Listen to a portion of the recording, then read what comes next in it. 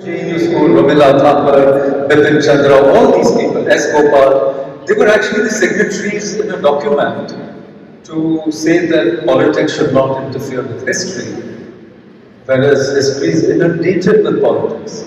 And that document was the basis of the defense to preserve, to preserve the Babri Masjid and not give it to Ram Janmabhoomi. So these are the history wars. And now look at the politics over textbooks. A friend of mine who's no more, Yvette Rosa, she did a PhD at the University of Texas at Austin on South Asian historiography. So she went to Pakistan, Bangladesh and India and looked at all the history books. And some portions of her work have been published by UoA, 2004.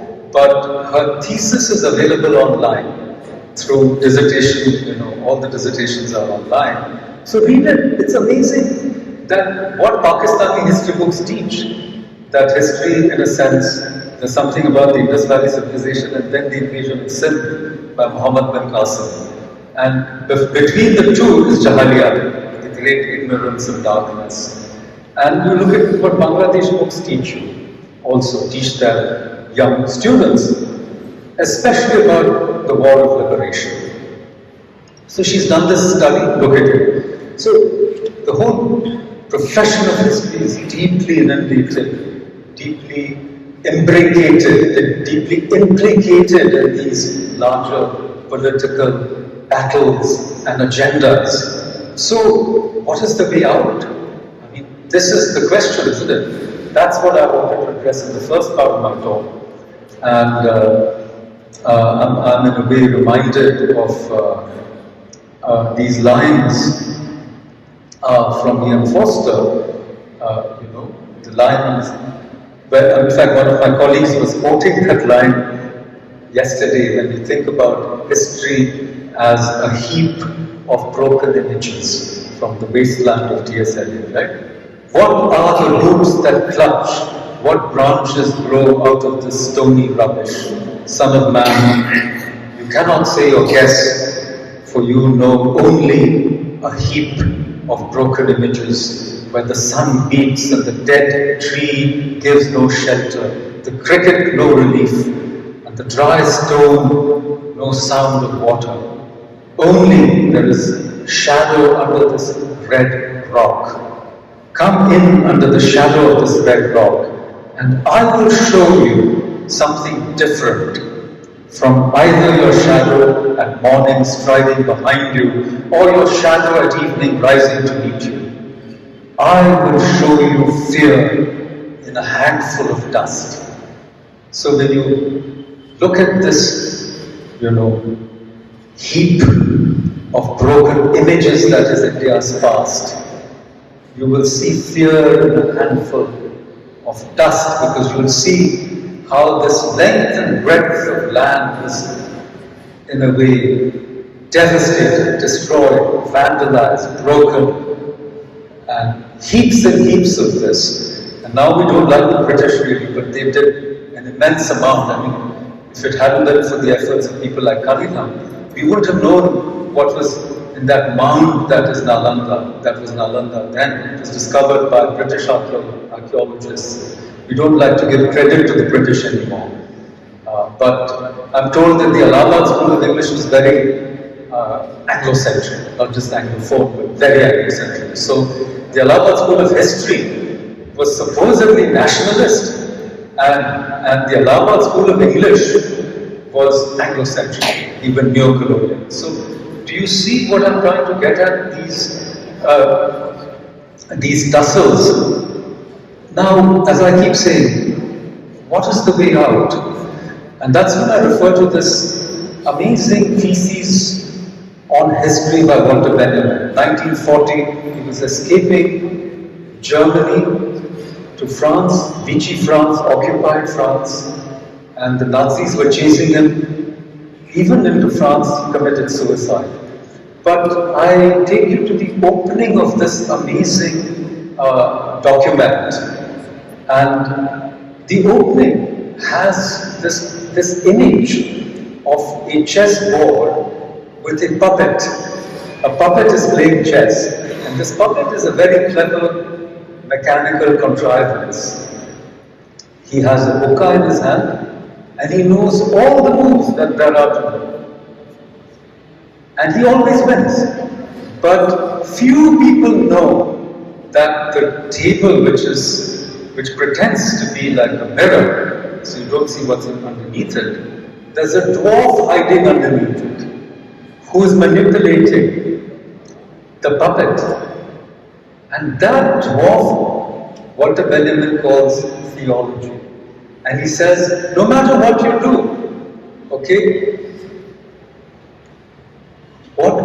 there is something in that kind of history that always wins.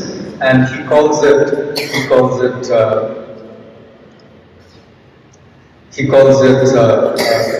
I'm looking for his exact phrase. He says, yes, the puppet called historical materialism always wins.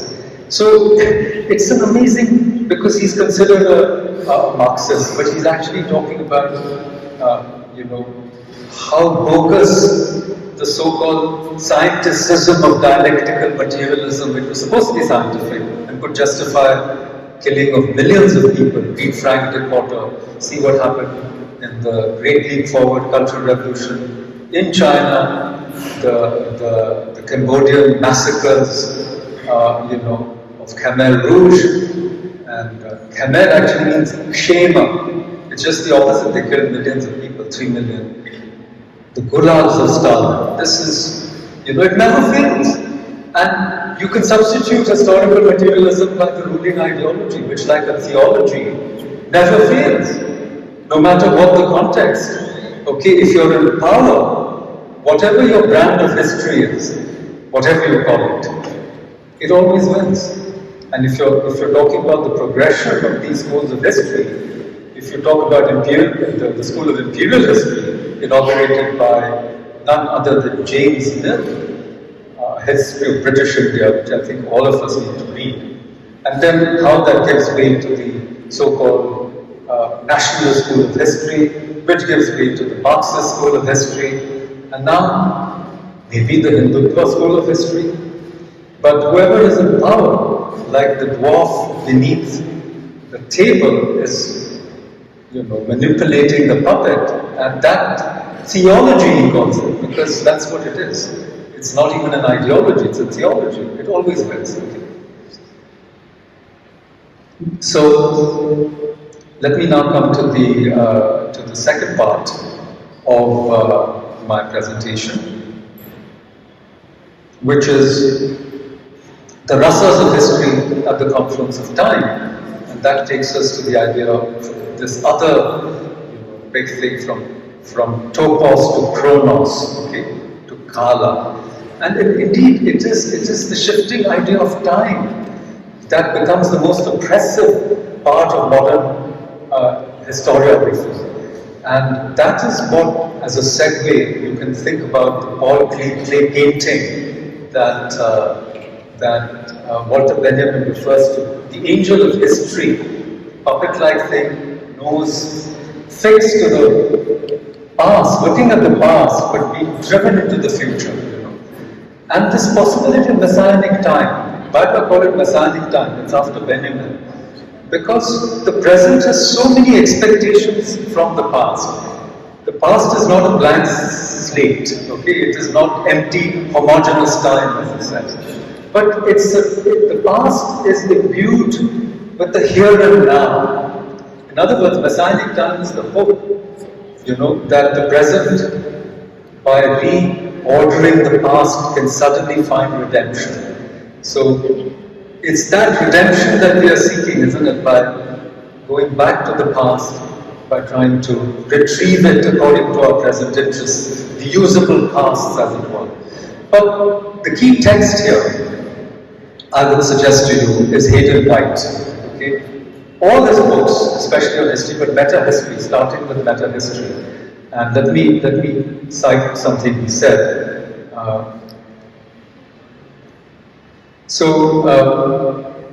Where he says that the difference between history and literature is not as much as people think after all, because his point is that history does not make sense unless it is ordered in a certain manner. Look at his Tropics of Discourse, 1978. He says, but in general there has been a reluctance to consider historical narratives as what they most manifestly are. Verbal fictions, the contents of which are as much invented as found, and the forms of which have more in common with their counterparts in literature than they have with those in the sciences. Now, what is going on here?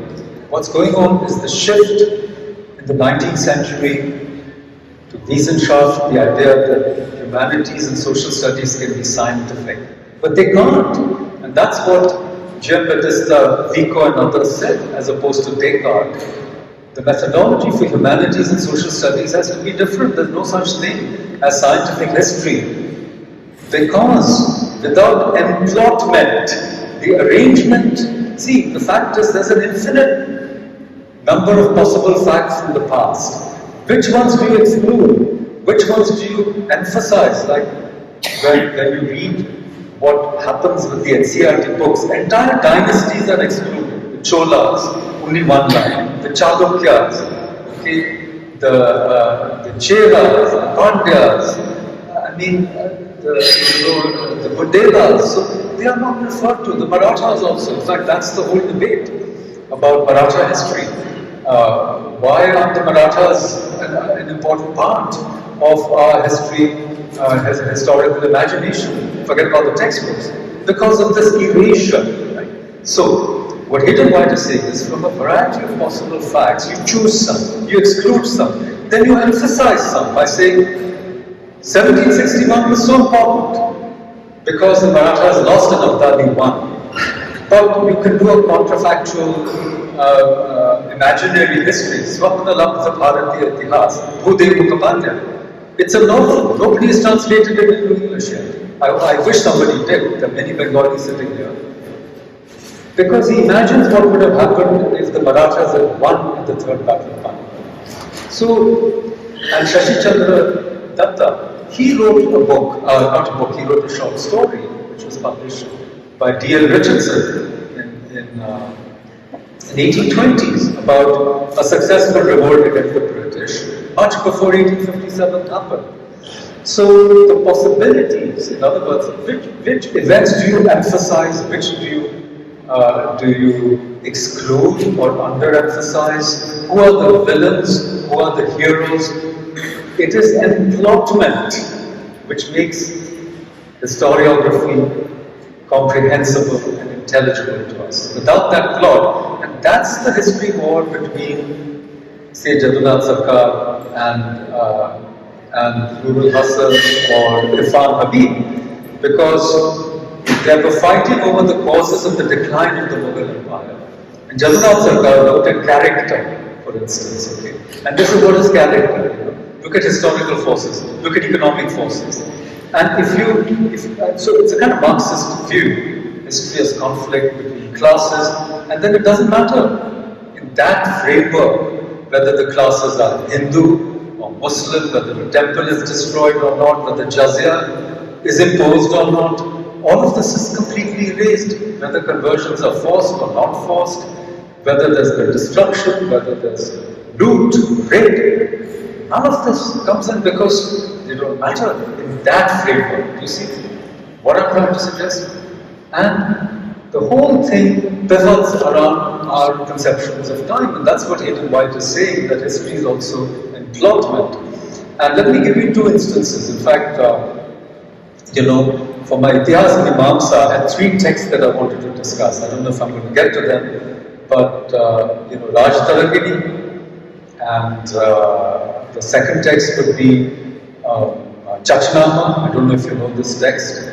It was supposedly written in Persian originally, but you only find it in Persian. It was supposedly written in Arabic, I'm sorry, but you only find it in Persian by an author called Ali Kufi in the 12th century or so. But it deals with the conquest of sin, which happened in 1712, if I'm not mistaken. Anyhow. And it's an amazing kind of book because it's part poetry, as Raja Taragini, some people say it's a kavya, some people say it's history in the modern sense, not itihasa. And the third book would have been James Bell, History of British India. Again, it's full of all kinds of things. It's not a modern kind of history. So, in other words, it's all a matter of how you view time. The reason I mentioned both Raj Taragini and Chachnama is they begin in mythical time. Raj Taragini begins in times before the Mahabharata, when it tries to trace the history of Kashmir. And it also tells you why Kashmir is not in the Mahabharata. Because the Kashmiri king supported Jarasandha. And when, which is the reason that Krishna had to go off to Dwarka. Okay? And so, history is always written by victors. And so Kashmir has been raised, if you read Raj Taragini. So it begins in mythical time and it gets into historic time without any cognitive dissonance, without a rupture. And Chachnama is the same. Chach actually stands for Kashyap. Okay? And the ancient kingdom of Kashyap, the kingdom of the Saraswats, as it were, extended from Kashmir to Sindh. Okay? To Deval, right down to Makran, to the sea, what we call the Arabian Sea. That was the ancient kingdom of Kashyap. The Chach is Kashyap. So from mythical time to historic time was not so difficult for people even 200 years ago. But now it's impossible because there's been a break, there's been a rupture between mythos and logos, which even the ancient Greeks didn't have, between Hesiod and Homer, and from Homer to Plato. There was a kind of continuum, though, in a sense, by the time you come to Plato, they're saying the earlier stuff is mithya. Myth has lies, okay? And logos, that is rationality, is the only way you can determine, rationality, fact. But if you read Herodotus, he was called the father of history, but he's also called the father of lies. So I hope you're getting, what I'm trying to hint at in the second part of my talk, which is the rasas of history at the confluence of time. It is how you conceive of time. Okay, the arrow of time, if you see it going only in one direction, measurable, exact, then you get what you call the hunger for history. This is a phrase from Rabindranath Tagore, because the Bengalis got obsessed with history. Look at Bankim, for example, and the others, because they felt that if a nation, a people that did not have a history could not become a modern nation, could not become free, could not ask for their place in the modern world. And so they scrambled back and forth in order to try to master this new discourse, which was history, the discourse which excluded them from the company of other civilized nations, as James Mill did, if you read his book, because it's a work of epistemology, not just a work of history. He tells you what kind of knowledge is valid and what kind of knowledge is not valid. Looking at the Hindus, the Puranas and all, he says, this is all, what do you make of this? Look at this chronology, one blink of Brahma's eye, nimisha, ek nimisha, millions of years, thousands of years. So this makes no sense at all. So he admits, I must grant him that the ancients of other cultures such as Egypt and Greece also had these ideas of exaggerated antiquity and time. So please read James Mill, you'll see what I'm talking about. But then he says, okay, we are going to give you the real history, which he starts with the history of the British, how they were actually pirates, when they were attacking the Spanish Armada. And then he is the first person to write a somewhat modern kind of history of India of his time. And it's a very interesting book because he takes a very long time to finish it, because he's employed by the East India Company. He doesn't want to lose his job, so he keeps writing the book for several years, 11 years. And by the time he finishes the book in 1870, it's just a year before the Third Maratha War. The British are already in paramount power. So it becomes the book that justifies British imperialism. And the justification is the justification of knowledge. The British can rule, are empowered to rule, their rule is legitimate. because that civilizing mission. The civilizing mission comes from the superiority of knowledge. One book of a good European, one shelf of a good European language is worth the entire literature of Asia and Arabia. Who said that? India and Arabia. Macaulay, everybody knows that. So Macaulay is actually picking up from James Mill. James Mill is so influential. Hegel reads James Mill. Everybody is reading James Mill. Okay? In order to form their understanding of the Indians, the Asiatics, who are irrational people. Hegel calls India the land of lotus eaters because they can't think properly. They are, so please think about some of these things. So the justification, so it's a conquest by knowledge, not just by arms. And the arms can be overthrown, but the conquest by knowledge, that decolonization has still not happened. It's still underway. And actually we don't know how to do it. That's why I said, we need the hard work of the Saraswats to help us bridge this rupture, that you can read the Raj Tarangini and make sense of it. A good book of Raj Tarangini is by Shonalika Kaur, who talks about how it was myth and kavya, then it became history, and now it's being reabsorbed into kavya, but I would say empowered kavya, kavya which includes history, not kavya which is an inferior form of cognition. Okay? So the book is by Shonalika Kaur on Raja Tarangini. So,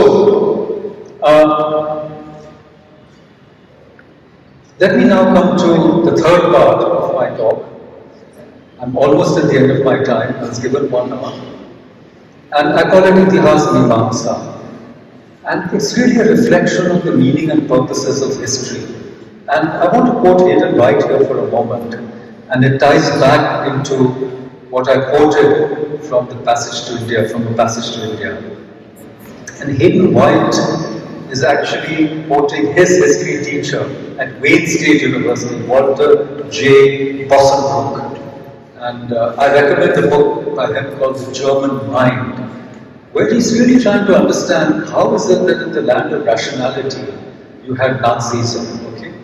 And of course others have tried to answer this, like Horkheimer and Adorno in the dialectic of the Enlightenment. But this was a puzzle. How did that happen, And a really important way for me to conclude this section, and actually my talk, is by referring to another wonderful essay by Nietzsche on the uses and abuses of history. So he talks about 3 kinds of histories: the monumental, and the second is the antiquarian, the third is the critical. So what is the monumental history? And I want to give you a uniquely Indian way of interpreting these 3 kinds of historiography of Nietzsche by invoking the Indian idea of the Trinity, like our Triveni, which I started with. I may as well end with Trinity, Trimurti, Brahma, Vishnu, Mahesh. So, Shrishti, that is creation, So, monumental history, I'll read you the quotation from Nietzsche, or rather, how I've summed it up. Nietzsche's 3 registers of historical practice are monumental, antiquarian, and critical. In short, monumental history is about activity and ambition. Antiquarian history is about preservation and admiration. And critical history is about abolition and liberation. So, you see Brahma, Vishnu, Mahesh, right? Shrishti, Sthiti, and Samhara. If you read Ananda Kumaraswamy's great essay on the dance of Shiva, so Shiva has these 5 purposes, or 5 things that Shiva does. So Shrishti, creation, monumental history. This is the Messianic time. You want to build a new India, finish the unfinished renaissance of India, make us great again. So you go to the past to look for all these heroic figures to make you feel inspired for new creation, right? Shrishti. Then sthiti, maintenance, antiquarian, record this, record that, preserve this, preserve that, which is very important because everything needs to be preserved. Go to the Allahabad Museum, all the beautiful crockery is broken, they're stuck it together, go look at it. Antiquarian. And then abolition and liberation, which is smash up everything, like in the Islamic conquest and smash everything up, something new will come up.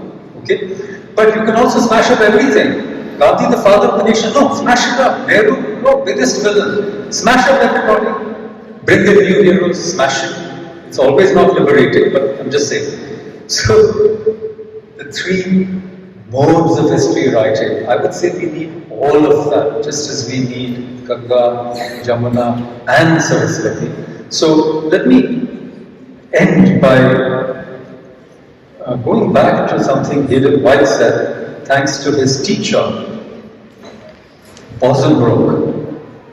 And he says somewhere that when we look at history, okay, we should not always look at history like a puzzle to be solved, like a riddle to be solved. That's why I quoted E.M. Forster's passage to India. There's a difference between a mystery and a muddle. A muddle is just confusion. You don't know what you're doing, you don't know what you're thinking. So history should not be a muddle. Okay? But it should not be a puzzle to be solved either, because actually the puzzle of history cannot be solved. Why can't it be solved? It can't be solved because the purposes to which histories will be put will be governed by the needs of the present. And the needs of the present are often controlled by our political masters, okay, and the ruling ideologies of our times. Does it mean that we have no space for liberation? Of course we do. That is what Saraswati is for, the shamana that Sushumna brings. Because I don't know if Freud was conscious, but Ida and Pingala are a bit like id and superego. Yeah? So it's only the balance between these two, emotion and reason, night and day, sun and moon, that the wisdom of trying to find out what the truth is comes to you. And Nietzsche says it. He says, what is the way out? He quotes the Delphi oracle. And what did the Delphi oracle say? Know thyself. That is the, as it were, answer to the question of the history wars, the question of Messianic time. That is the real meaning of logos. Logos actually means, when we say the word and Ved and the word are actually are cognates in the sense that they refer to transcendental wisdom. That's what it is. Without that transcendental wisdom, you're not going to be able to, understand the relationship between the Ida and the Pingala, between the Ganga and the Yamuna. And let me just tell you one little thing before I end, and then I'll end with a quotation. We talk so much about the Ganga Jamuni Tehzeeb, but metaphorically it is a misnomer. Because when the Yamuna joins the Ganga, it becomes the Ganga. There's no Yamuna after this. So whatever joins the Ganga becomes the Ganga. Okay? And to know this, to understand this deeply, you have to have that blessing of Saraswati and be the Saraswati. So that's when the streams are going to merge. That is the meaning of confluence. Because the confluence stands for two becoming one. It stands for Advaita. Okay? So let me end with this very famous line from lines again from T.S. Eliot, and the wasteland again is lines, I think 359 to 365, I remember that. Who is the third who walks always beside you? When I count, there are only you and I together. But when I look ahead, up the white road, there is always another walking beside you, gliding, wrapped in a brown mantle, hooded. I do not know whether a man or a woman, but who is it? But who is that on the other side of you? So this is, my friends, the ultimate, as it were, hint, ishara, as it were, to trying to find that link, okay? Whether it's a husband and wife, a teacher or student, or left and right, night and day. It's always a polarity. It's always, two. And as Raja Rao said in one place, that the world as we know it is impossible without duality. But the world as we know it is unlivable. It is, duality makes you miserable. And the only way to overcome duality is to find that third, the third, which I call intermediate hermeneutics. It's a way of reading the world, reading texts, reading these polar opposites, reading the conflict that divide us, reading them in such a way that they come into conversation, and in fact, they come into a conversation and even merge at a confluence and show us the way forward. Thank you, sir.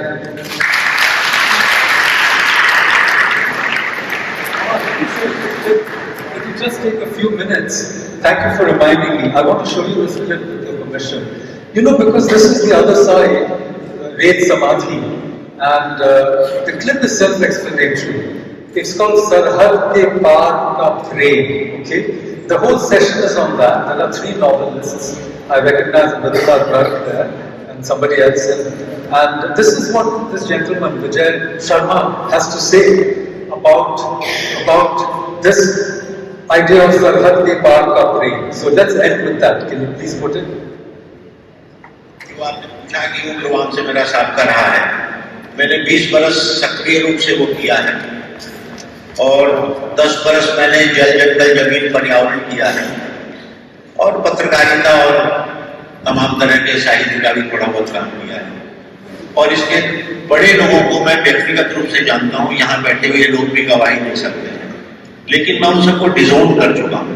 बिल्कुल आपका सवाल मेरा भी सवाल है कि पूरी प्रगतिशीलता, पूरा सेकुलरिज्म वह प्रेम की एंटीथेसिस है और उसका जीवनानुभव कुछ और है, सामाजिक रियलिटी कुछ और है, और वह दरअसल एक धीरोद्धार, किसी आदर्शवादी किस्म की बातें करके खुद का मन भी बहलाता है और बाकी लोगों को बहलाता नहीं, भरमाता है। और जो कैच द यंग कहते हैं ना, तो वो किशोर वय की दहलीज पर पैर रखते हुए लोग उसका चारा वहां उन्हें ताने फेंकता है कई तरह की, आजादी की। आप पढ़ लीजिए। तो जब मुझे टॉपिक मिला था पांडे जी से, जयप्रकाश पांडे जी से, कि हमारा विषय जो है वो सरहद पार प्रेम है, तो मेरे दिमाग में जैसा कि होता है कुछ बातें अचानक कौंधती हैं। तो सरहद पार का मतलब अगर मैं क्रॉस बॉर्डर लव कहता हूं तो यह पद मुझे बहुत ही, पहले तो मुझे लगा कि इसे समस्यामूलक कहूं, लेकिन बाद में मैंने इसे बहुअर्थ गर्भित कह दिया। अर्थात इसकी विश्वसनीयता पहले भी नहीं थी और सामाजिक रूप से स्वीकृत नहीं था, शायद संभव भी नहीं था, लेकिन फॉरगेट और फॉरगिव के सांत्वनामूलक सिद्धांत के चलते इसे हम बर्दाश्त करते थे। मैंने क्यों यह सोचकर बर्दाश्त करते थे कि हम मान लेते थे कि इसके आशय नितांत व्यक्तिपरक हैं, जिसके कोई दूरगामी अंदेशे भी नहीं है, प्रभाव नहीं है। लेकिन असलियत में यह सरहद पार जो क्रॉस बॉर्डर है, यह पद यहाँ प्रयुक्त होता है, क्योंकि किसी भी शब्द के आगे जब उपसर्ग लग जाता है या बाद में प्रत्यय लगता है तो वह जो शब्द होता है वह क्वालिफाइड हो जाता है। क्रॉस बॉर्डर एक अनुरोध बस करूंगा, क्योंकि आप जो पढ़ रहे हैं बहुत संस्कृतनिष्ठ और परिष्कृत भाषा का उपयोग कर रहे हैं, और हम लोग जब बात कर रहे हैं तो जो हमारे दर्शक है, ये लाइव स्ट्रीमिंग भी इसकी हो रही, तो मैं चाहूंगा कम से कम आप ऐसी भाषा का प्रयोग जरूर करें जो सभी की समझ में आ जाए। अच्छा, मेरी हिंदी थोड़ी परिष्कृत है, थोड़ी आम बोलचाल, हाँ, उसको आप उसका जिस्ट बता दें। क्योंकि बता जी, तो क्रॉस बॉर्डर पद जब हमारे दिमाग में आता है तो मेरे दिमाग में क्रॉस बॉर्डर टेररिज्म आता है, क्रॉस बॉर्डर स्मगलिंग आती है, और स्मगलिंग पहले केवल सोने चांदी और कपड़ों की होती थी, अब वह नशे के पदार्थ, ड्रग्स की और एलएसडी की होती है और आरडीएक्स की होती है। यहाँ तक कि चूंकि हम लोग बंगाल रहते हैं तो यहाँ पर पशुधन गोधन की तस्करी होती है और इसके साथ शायद स्त्रियों की भी तस्करी होती है। तो यह पद मेरे दिमाग में क्रॉस बॉर्डर के साथ प्रेम को जोड़ना मुझे थोड़ी सी ज्यादती जैसा लगता है।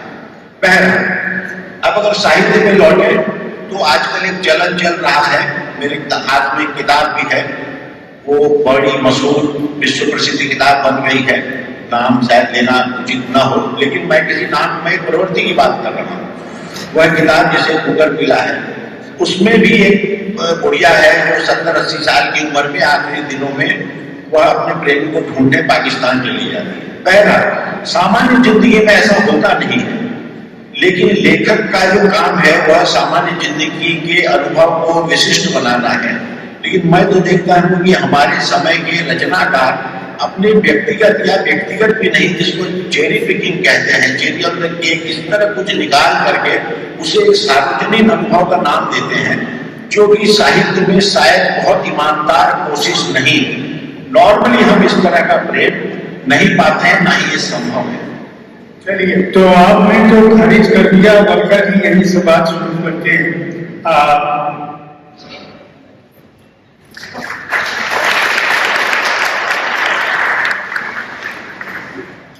Thank you so much, sir, for such a valuable and insightful address. May now kindly request our chief guest, Honorable Vice Chancellor, University of Allahabad, Professor Sangeeta Srivastava, to share her pearls of wisdom and bless us with her kind words. Ladies and gentlemen, our Honorable Vice Chancellor.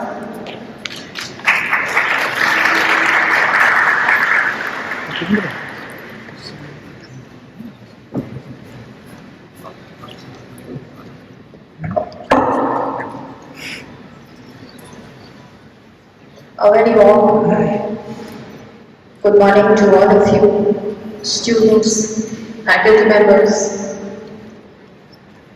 members of the dais, our special speakers, Professor Paranjape and Professor Hanish.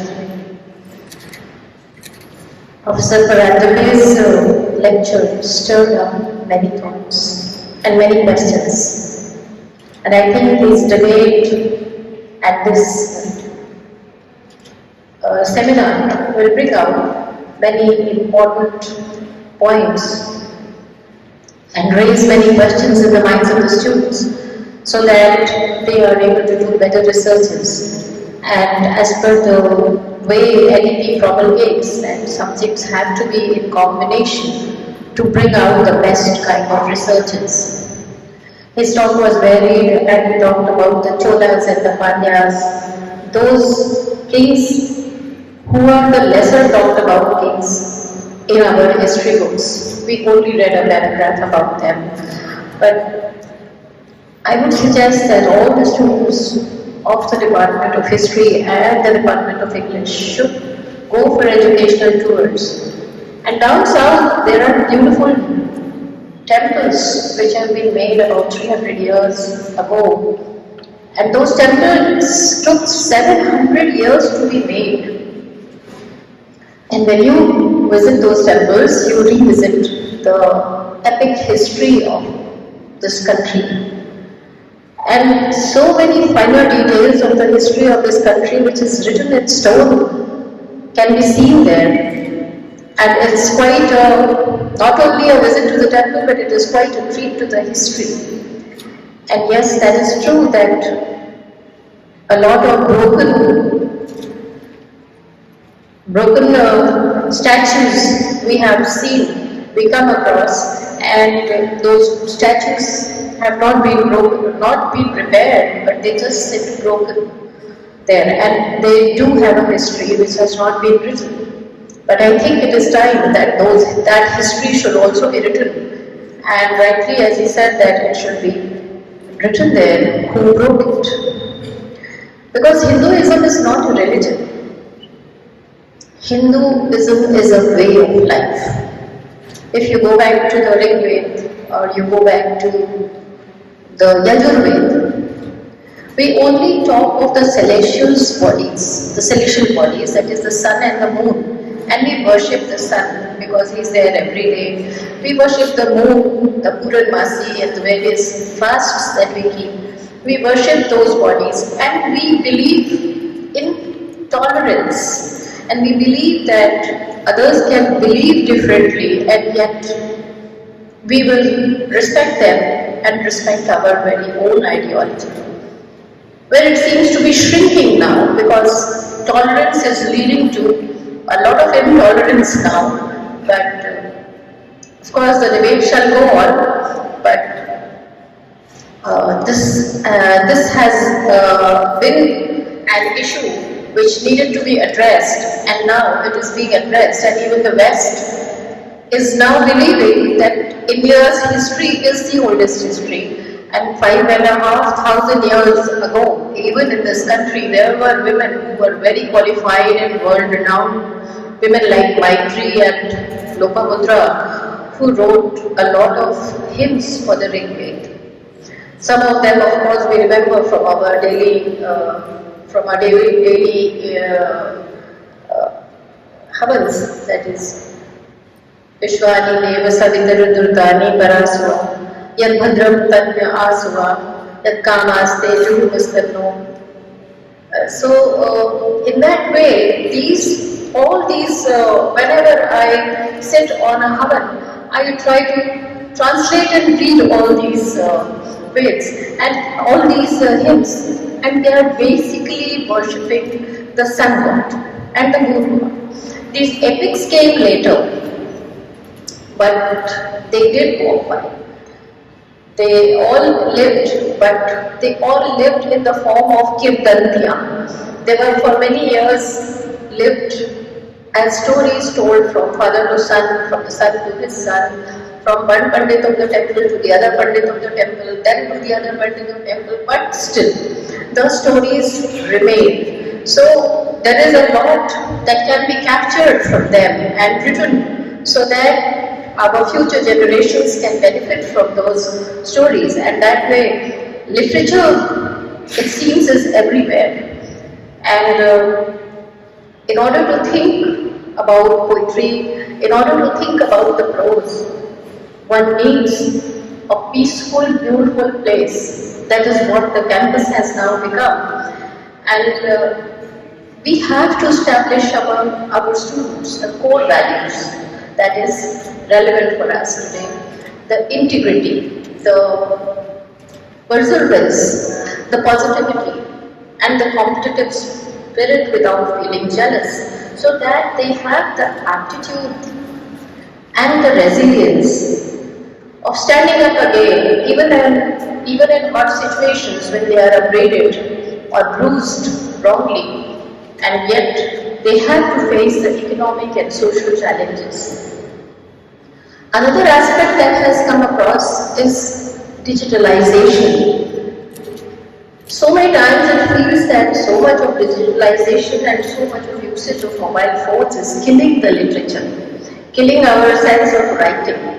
So we have to, in that way, curb the usage of these phones and continue writing, continue creative writing.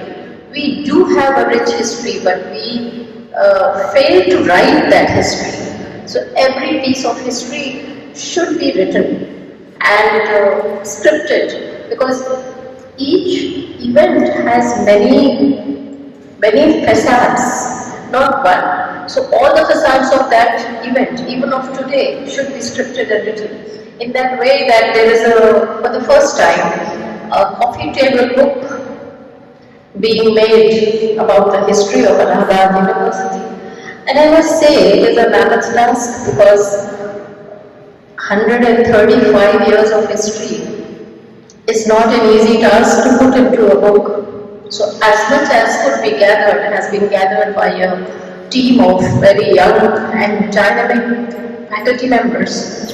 And of course, Jaya is leading the team, and it is hard work. Now the book is almost ready, and it could be shown to people. The miniature glimpse of the book can be shown to everyone before it is finally released and the President of India comes to receive the first copy of the book. So it is a matter of great pleasure, and I warmly welcome our esteemed speakers for this event, and I am sure for the students of English and for all the others who are sitting here, there will be a lot of takeaway from this seminar. In fact, I myself have been resonating a few poems, and they have become a way of life for me. And for one, I would quote, there is this poetry, two roads diverged in a yellow wood. And sorry, I could not travel both. Being just one traveler, I looked for as far as I could, to the one and then to the other, as just as fair. To where it went in the undergrowth, this is in context of Allahabad University that I am talking about this poetry. It so relates to my assignment of this university. To where it went in the undergrowth and then to the other, as just as fair. And having perhaps a better claim because it was full of rowdiness and leadership. It was grassy and wanted care. And both that morning equally lay. I shall be telling this with a sigh. Somewhere, ages and ages hence, two roads diverged in a yellow wood, and I took the one less travelled by. And that has made all the difference in this universe. Thank you very much.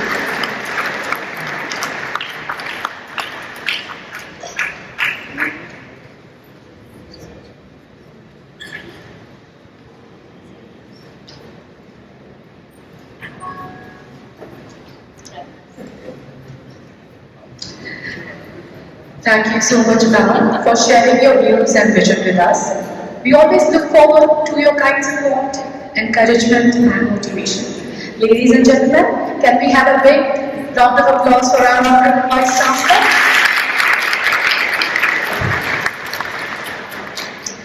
Now it's time for us to felicitate our esteemed dignitaries. I request Professor Sanjoy Roy, Head Department of English and Modern European Languages, to present a memento and unbuster to our chief guest, Professor Sangeeta Srivastava, Honorable Vice Chancellor Ma'am. Dipali is going to assist.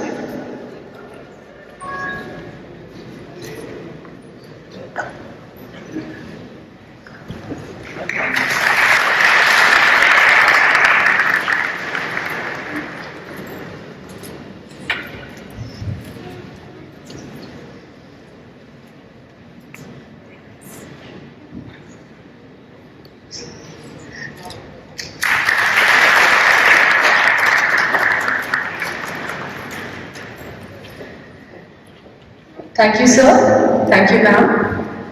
I now invite Professor Smita Agarwal, Professor, Department of English and Modern European Languages, to kindly present a memento and unbuster to our keynote speaker, Professor Parag Jabe. Apurvi, kindly assist now.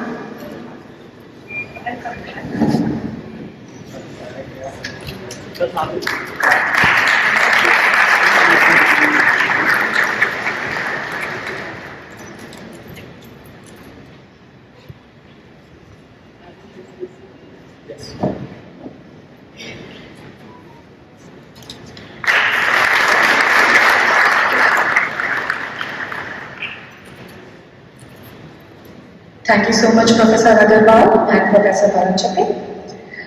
May I now welcome Professor Indrani Mukherjee, Department of English and Modern European Languages, to kindly present a memento and unbuster to our guest of honor, Professor Harish Trivedi. Samiksha, please assist now.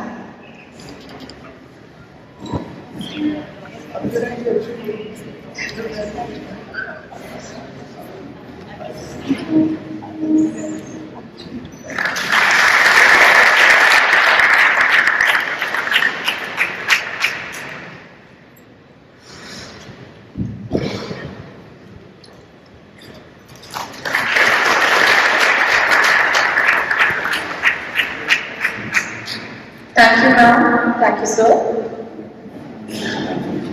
I request Professor Manoj Kumar, Department of English and Modern European Languages, to kindly present unbuster to Professor Sanjoy Roy, Head, Department of English and Modern European Languages.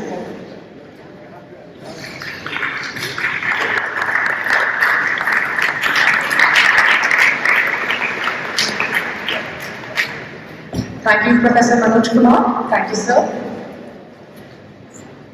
I now invite Dr. Yuvraj Herode, Assistant Professor, Department of English and Modern European Languages, to kindly come forward and present Ambassador to Convener, Dr. Vivek Dwivedi.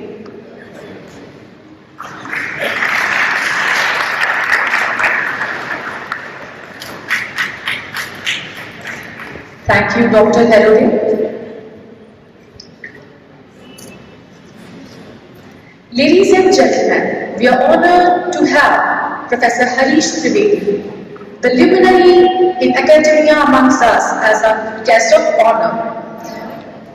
Dr. Trivedi, former professor of English at the University of Delhi and visiting professor at the Universities of Chicago and London. He got his BA and MA from the University of Allahabad and earned his PhD from the University of Wales, United Kingdom. He taught at the University of Allahabad, Banaras Hindu University, St. Stephen's College, Delhi, and University of Delhi. He is the author of Colonial Transactions, English Literature and India, 1993, and has co-edited Kipling in India, India in Kipling, 2021. Literature and Nation, Britain and India, 1800 to 1990, which was published in the year 2001, and Post-Colonial Translation, Theory and Practice, published in the year 1999. He translates both ways, between Hindi and English, and has edited a book in Hindi about the medieval poet Raheem in the year 2019. He has authored a segment, History of South Asian Literature, for Literature, a World History, edited by David Damrosch and others in the year 2022.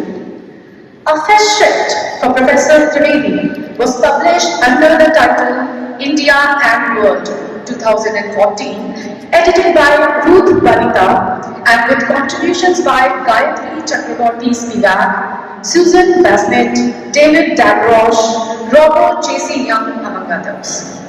So, topic for today's talk is Literature and History, East and West.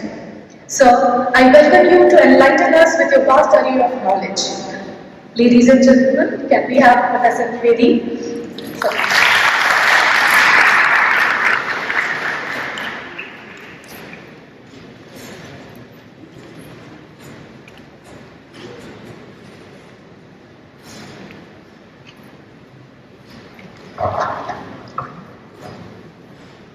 Thank you very much. What an honor and a privilege it is for me to return to this Senate Hall.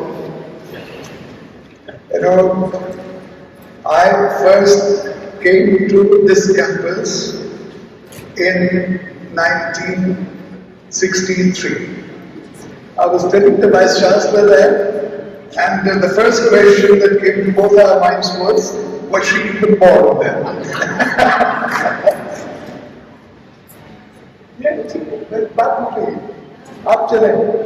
No, she told me she has made 300 appointments. Before I want to make her 350 appointments. So she has to go.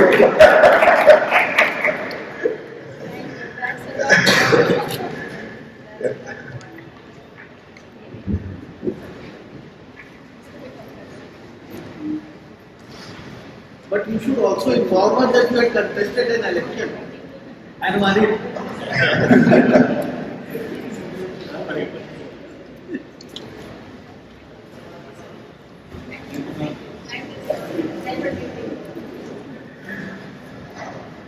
Before she leaves the beginning secret while she is leaving, when Makana, very courteously, with deep politeness, suggested to her that on the dais we should not talk amongst each other, she had nothing else left to do except to read my paper. So she has not done anything about the papers. Thank you. Send me your paper. जी बिल्कुल बिल्कुल जी Thank you. Thanks.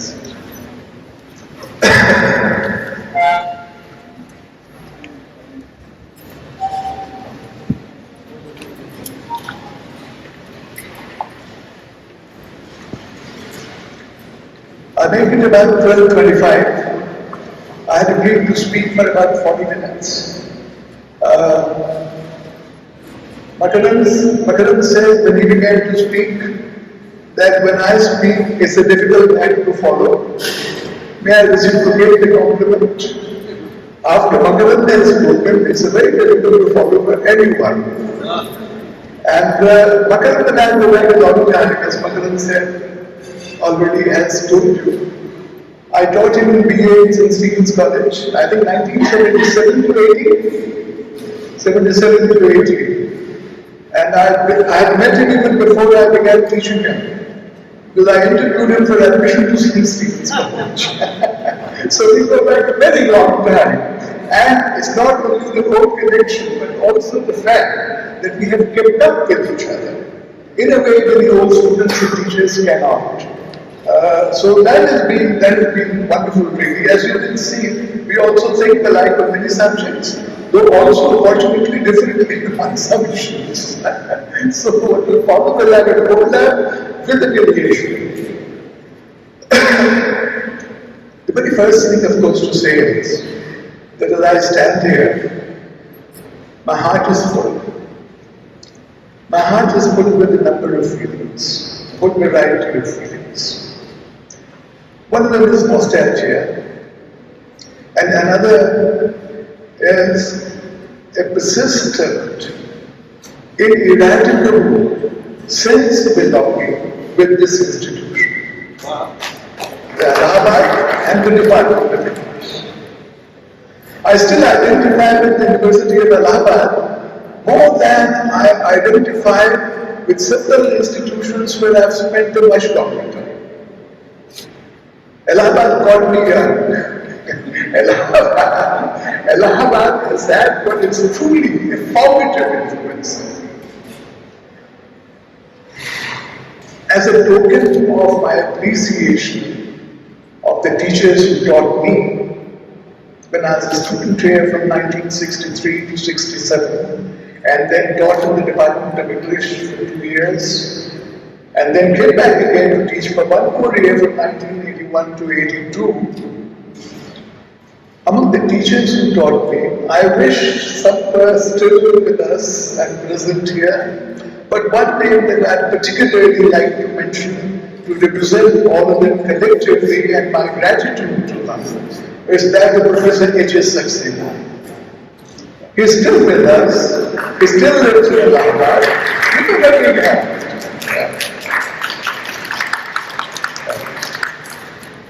He is going to be, his birthday is later this month, he's going to be 97, I think.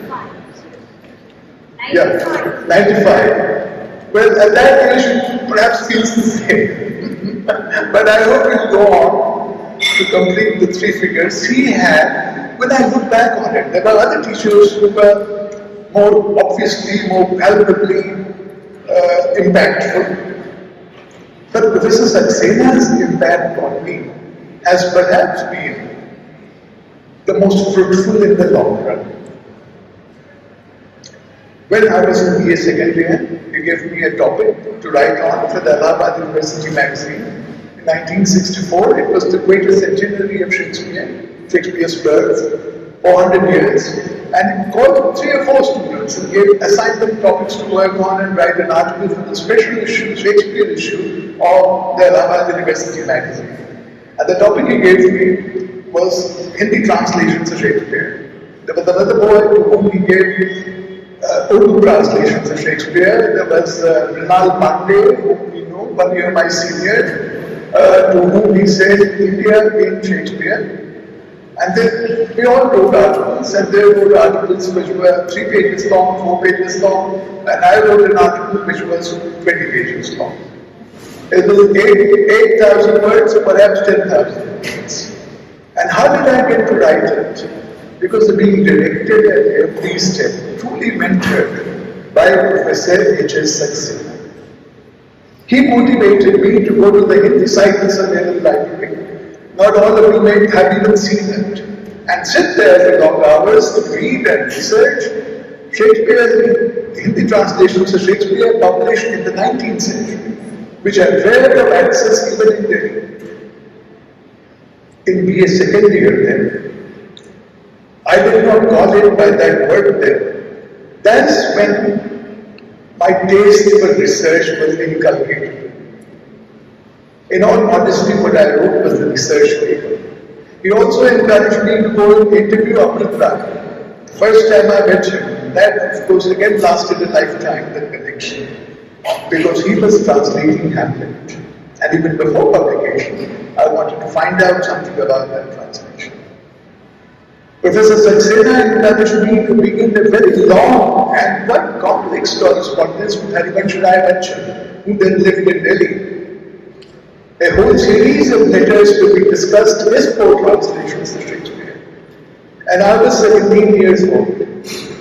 I could not have done it, nobody would have done it, without that kind of very creative and influential mentoring.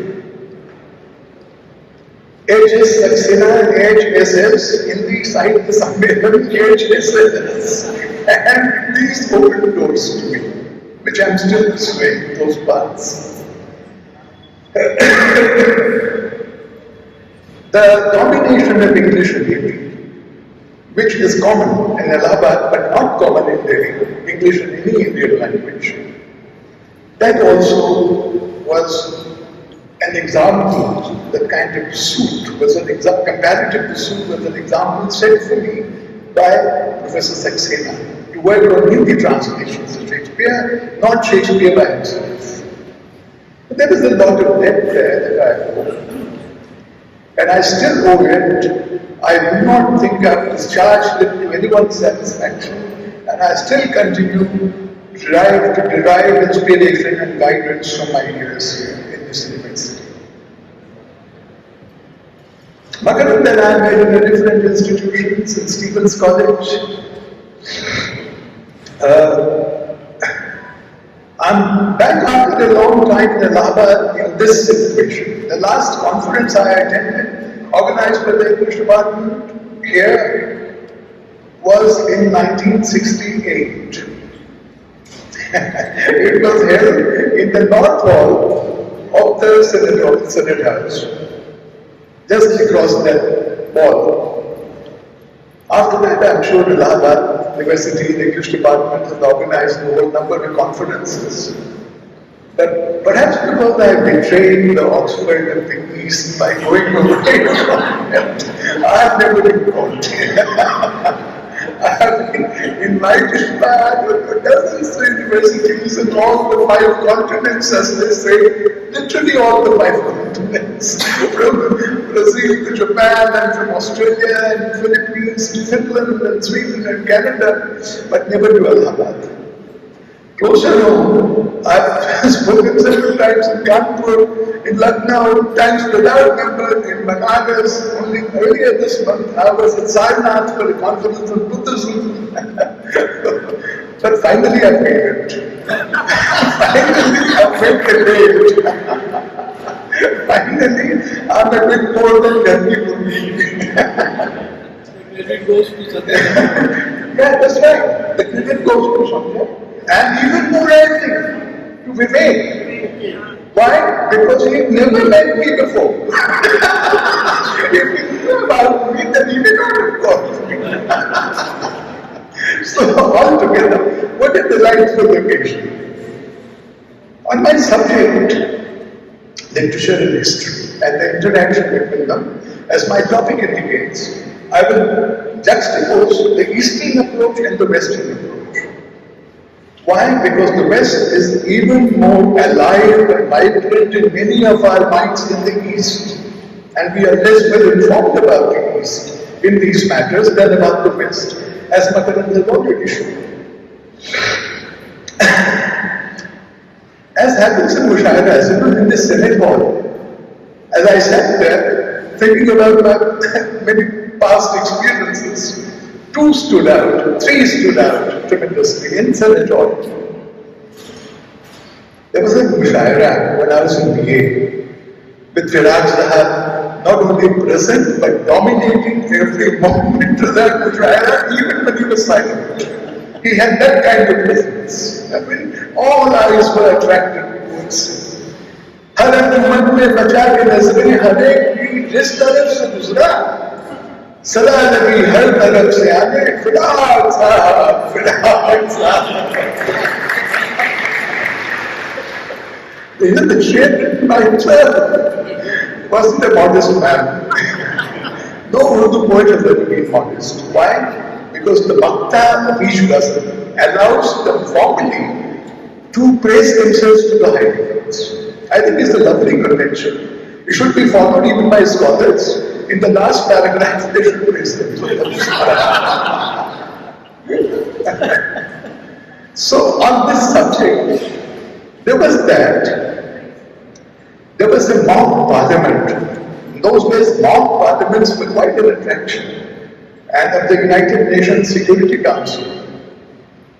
And among the 11 or 13 members of the Security Council, there was great competition for who could represent what, and of course there were many others who wanted to be a delegate in that mock parliament, mock UN convention, Security Council, and did not get a chance.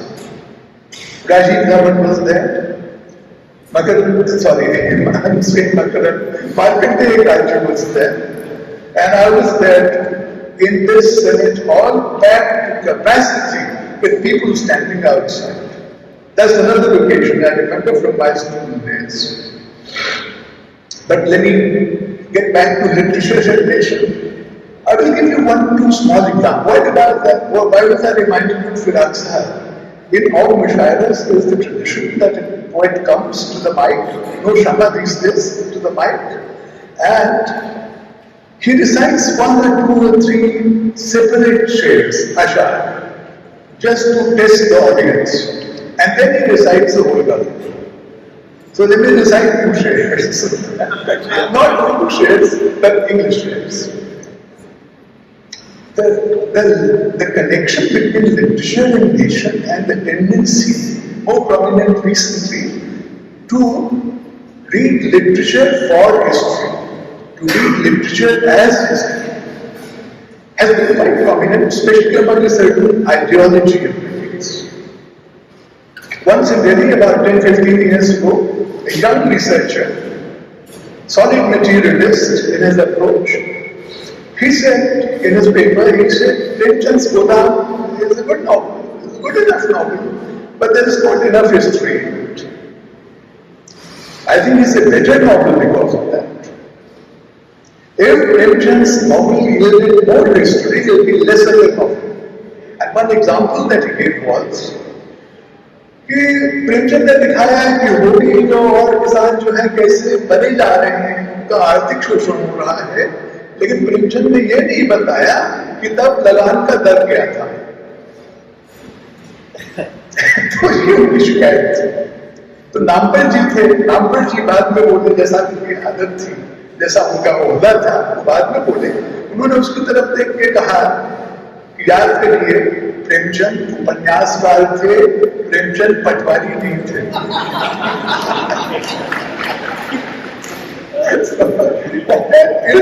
That is how the relationship with literature and history should be. You go to Premchand for the depth and intensity of the suffering of a character like him. You don't go for facts and figures. Those are available elsewhere. Another instance, that's my first trade. The second trade is to do with what Magadan so eloquently and so forcefully put before you. What are the major issues in Indian history? I would also go on to suggest how are they represented, complemented in Indian literature. And all of you might agree that the most contentious issue in all of Indian history, especially the history wars, as Makaran was saying, has been the Hindu-Muslim question. Every other issue, including British domination of India, pales before it. The British rule of India seems to be a closed chapter in many ways.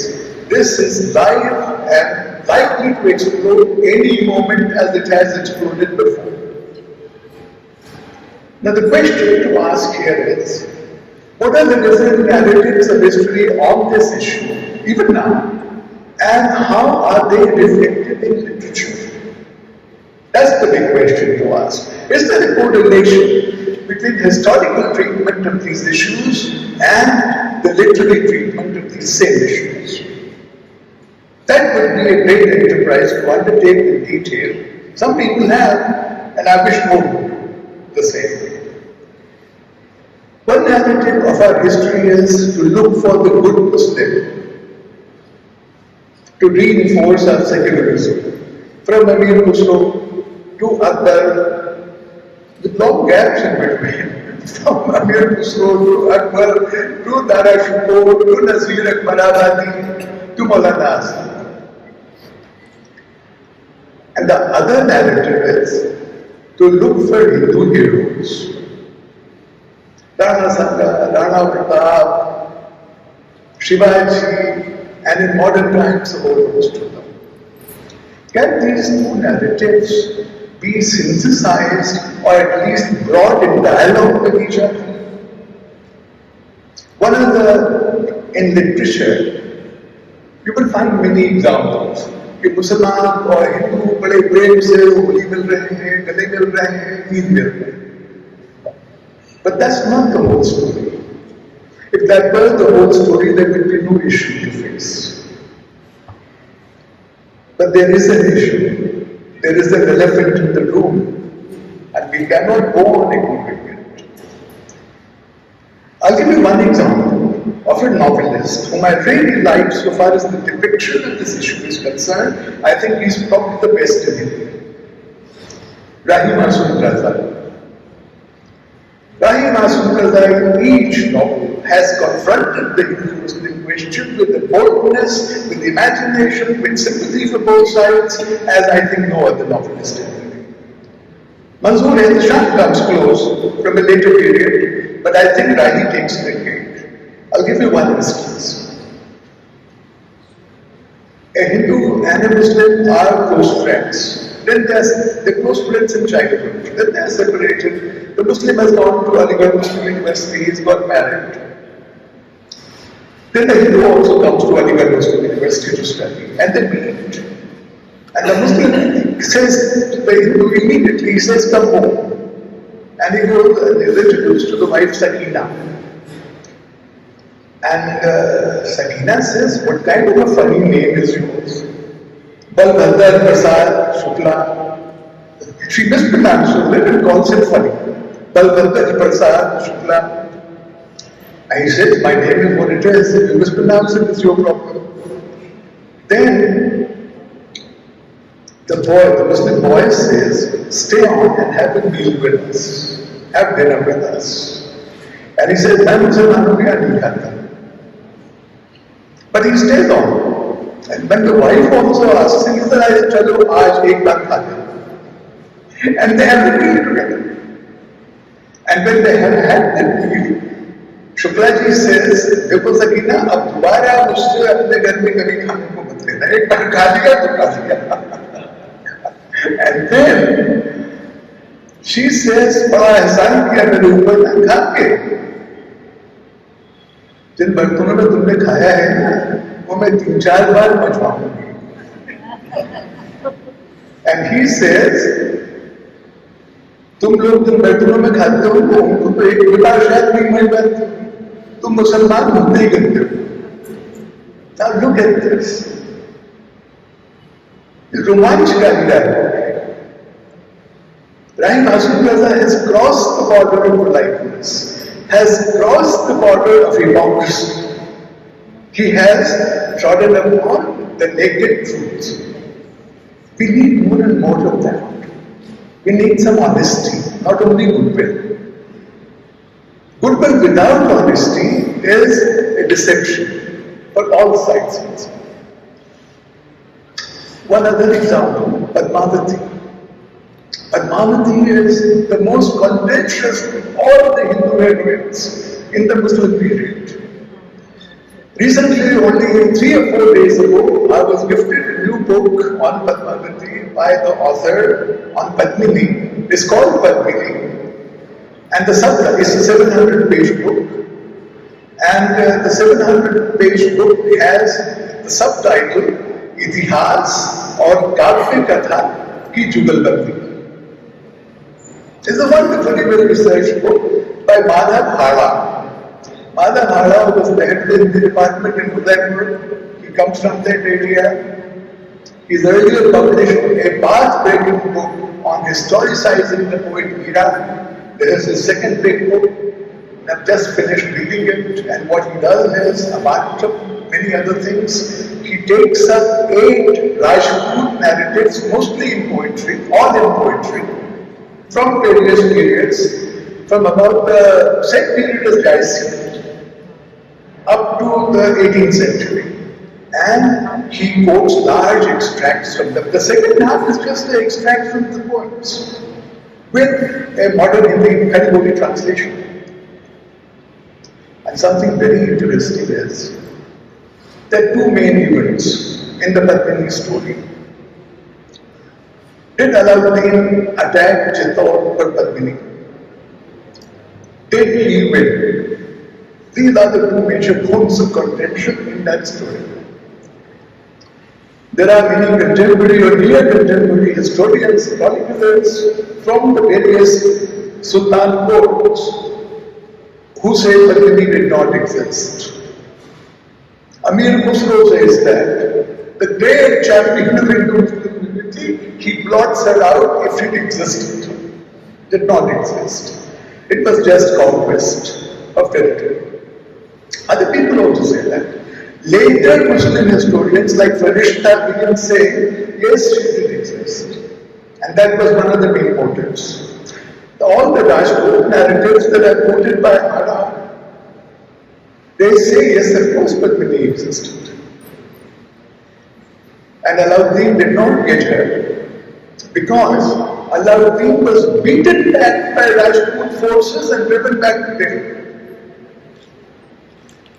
These are 2 parallel accounts of the same event, which is supposed to be historical. Partly, if Padmini did not exist, it's only partly historical.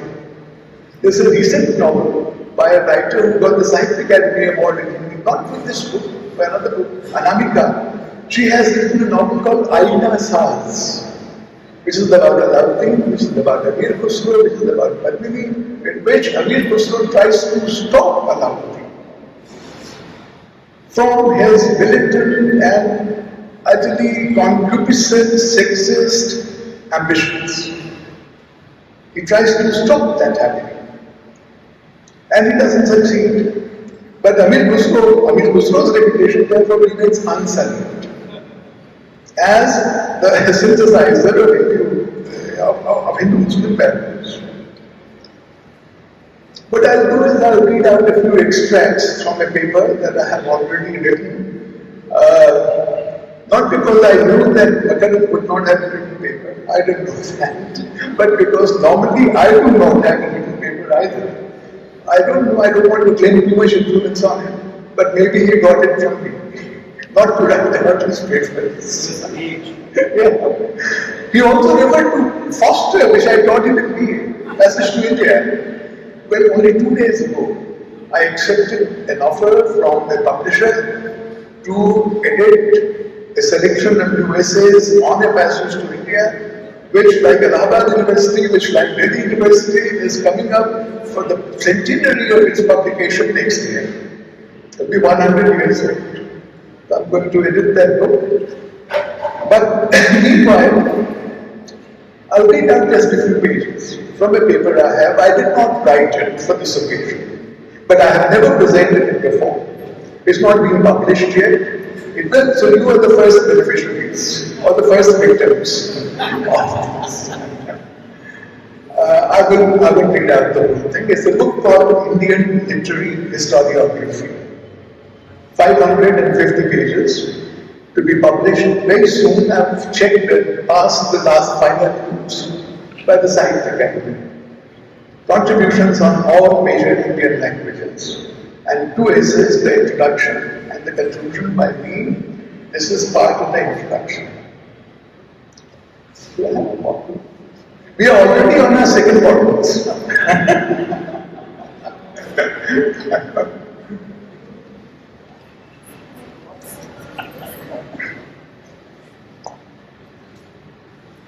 The fact that literature and history are commonly regarded as being quite similar kinds of writing, similar kinds of writing, in some respects, but radically dissimilar in others only complicates the picture.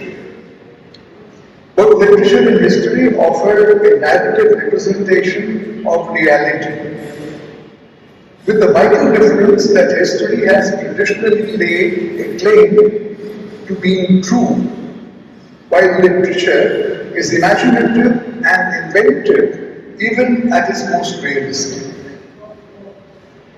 It depicts not only what meets the eye, but equally what lies beyond physical cognition and can be perceived only by the inward eye or antardrishti. Similarly, history is, or at least seeks to be, nothing if not objective, while the distinction of literature lies in its proclivity to be subjective in its very provenance, proceeding from an individual subjectivity and a specific subject position. The author of a work of history must sound authoritative and audible-like to be persuasive, while the literary author seeks to speak for all humanity when ostensibly speaking only for himself. It is symptomatic that in our postmodernist or perhaps postmodernist times, the literary author is alleged to be dead by Rosa Parks, and history is supposed to have come to an end by Francis Fukuyama. What that means in less rhetorical terms, less exaggerated terms perhaps, is that history and literature are now thought to be equally forms of narration, which are both contingent and in Bakhtin's terms unfinalizable. But both these deconstructive formulations only bring to a head some beliefs that have found speculation even earlier. Similar thinking has gone on even earlier, before this postmodernist crisis. Gertrude Stein, for example, American novelist and poet, long resident in Paris, delivered a series of 4 lectures in 1934-35 at the University of Chicago, with which I have many personal connections, including several visits to teach there. She, but not during her time, sometime after that, this is 1934-35, she gave a series of 4 lectures there, which were titled Narration. The third of these lectures had the title, Is History Narrative? And the fourth had the title, Is History Literature? With no question mark at the end of either title. She said in those lectures, and I quote, narrative is what anybody has to say in any way about anything that can happen, has happened, will happen in any way. I love this. I mean, this sounds like poetry. I'll read it again. It's not easy to grasp, even for me. I've read it many times. Narrative is what anybody has to say in any way about anything that can happen, has happened, will happen in any way. And she went on to say, you can see, it is difficult, very difficult, that history can ever come to be literature, but it would be so very interesting if it could be so very interesting. Stein's characteristically idiosyncratic high modernist approach here hints at impossible possibilities that conjoin literature and history. There's a section I have about how literature and history emerged as disciplines of study, central disciplines of study, only very recently, after the 18th century. In fact, the heyday was the 19th century, even in the West. In the medieval times, the only proper subject of study was God, and therefore theology. Medieval times in Europe. After that, After the Renaissance, it became Greek and Roman classics. And only afterwards, only after the so-called Enlightenment and the rise of positivism, did history assume its present disciplinary shape, and literature also got preeminence as an alternative form of narration. And at the beginning, as Makarand also pointed out, though he didn't give this example, Edward Gibbon's example, 7-volume history of the decline and fall of Roman Empire, it was read not only for the history it contained, but equally for its extremely persuasive style. The style became a model for all not only historical writers, but literary writers as well. The witty, epigrammatic, ironical style that he cultivated there. His thesis historically was not widely accepted that the decline of the Roman Empire happened because it embraced spirituality. There were many other reasons. But his style had a far more pervasive influence. In pre-colonial India, we find the most remarkable instance, yes, one line from the previous paragraph. In India, Sir Jadunath Sarkar, and Makarand has already referred to him, 1817 to 1958, has been described as the founding father of historical studies in this country. I'm here quoting Gautam Batra. He studied English literature at college for both BA and MA. And he was thus what Dipesh Chakravarti from the same book that Makarand has cited called a self-taught historian. Not a trained historian from the classroom, but a self-taught historian, and spent all his teaching career teaching literature and sometimes history, says Dipesh. In pre-colonial India, we find the most remarkable instances of literature and history conjoined as sister arts. But we should not even call them sister arts, because that's a Western metaphor, where the 9 muses are sisters. Here, the inspiration for all kinds of creation, literary, artistic, plastic, is Saraswati. So, just one source, not 9 muses. These are conjoined together in our own imagination rather more than the examples that are given, early examples are Ramayana and Mahabharata, which are treated as both literature and history. One is called Kavya, the other is called Itihas, Itihas, that's how it goes. But what I wish to point out is that Itihas is seldom mentioned by itself in Indian discourse. Very often it is covered by something that is mythological. Itihas Puran. If you mention only Itihas, it's not enough. You have to call it Itihas Puran, and even Rabindranath Thakur has learned to call it in recent times. Then I have a section called the Mill, Macaulay, MacDonald mockery. The alliteration is, I'm afraid, intentional, but it's also historical. They were all together, they were all saying the same thing.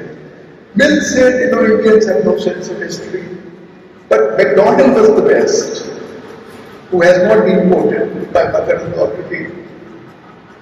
Arthur Anthony MacDonald was the Bowdoin Professor of Sanskrit at Oxford and published what he claimed to be the first full history of Sanskrit literature in the year 1900. And he made the astounding remark, I quote, that early India wrote no history because it never made any. Early India wrote no history because it never made any. MacDonald, in saying this, seemed lightly oblivious of the self-contradiction that even if early India did not do anything else, it produced a vast corpus of Sanskrit literature, of which he himself felt the need to write a long and comprehensive history. How do you write history without achievement? I'll leave out a few things here and there. Another problem with history is, more so than with literature even, that by definition, history is a record of events, and if something is not recorded in history, it did not exist. This is an insistence by many historians because of the truth claim that history makes. It's true only because not it happened, but because it's recorded as having happened. Without evidence, there is no history. In literature, there is no such concept. Not much literature calls itself historical, and even that is more fictional than history. So this is again one of those conjunctions. Kalidasa, in his first play, about what is not recorded, or what has not survived, even though it was recorded. That's what I'm talking about here. Kalidasa, in his first play, had a prologue, in which he names 3 poets before him, whom he bows to. And when MacDonald wrote his History of Sanskrit Literature in 1900, all 3 were lost. Not a single work by all 3 had survived. But such are the vagaries of history and fact that within 15 years, Sri Ganapati Shastri had found a manuscript in Kerala which contained the plays of the first named amongst them, Hasa. 13 plays by Hasa were discovered within a couple of years. Was he historical? Was he not historical? Did he write those plays? Did he not write those plays? Until the plays were found, he did not write those plays. After they were found, he wrote those plays. The 2 other playwrights that Kalidasa mentions are Somil and Kaviputra. And they still have not been found. And Kalidasa acknowledged them as one of the greatest playwrights in Sanskrit before him. So such is the nature of record and what survives as record, the contingency of what is lost and therefore is thought not to have happened. This section is called post-colonial revisions, and I'll again read out only selected paragraphs from it. The Mill-Macaulay-MacDonald period has fortunately passed. It was pointed out very effectively by an American comparative literature scholar that much of what the West thought to be the facts about India were actually constructions. And then, of course, Edward Said, tremendous influence of his book called Orientalism. What has happened more recently is 1997, C.A. Bailey, very influential historian of modern India from Cambridge, he wrote an essay called Modern Indian Historiography. And in it, he said, Indian historians were postmodernists before their time, though not often unwillingly or unwittingly.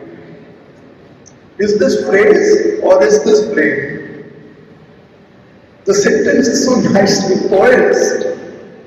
You can see that there is a new kind of amusement and condescension even in Bailey's voice. Unwillingly or unwittingly, they were postmodernists. So even the most enlightened, even the most side scholars are still in the grasp of the old attitudes to a large extent.